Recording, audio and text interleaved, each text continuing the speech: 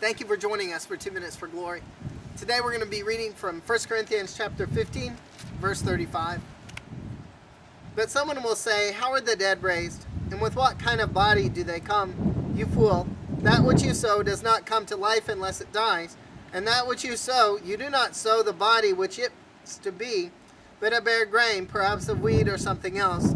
But God gives it a body just as he wished, and to each of the seeds a body of its own.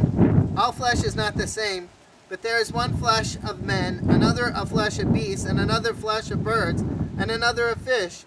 There are also heavenly bodies and earthly bodies, but the glory of the heavenly is one, and the glory of the earthly is another. There is one glory of the sun, and another glory of the moon, and another glory of the stars. For a star differs from star in glory.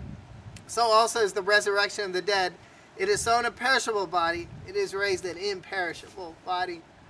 Here Paul was with difficulty explaining the resurrection to believers. He said it's like sowing. Sowing, this kind of sowing, is planting seeds. When you plant a seed, the thing which comes from the seed doesn't look anything like the thing you plant. In fact, if you dig up in the ground, kind of the leftover remains of the seed are dead. But out of that seed comes something very different, something very alive. Here it tells us that our body will perish and die, but from our body will come something that is everlasting. And in Christ we can have a resurrected body, a body that is different. Here Paul tells about the different things God has created, from planets to stars in glory.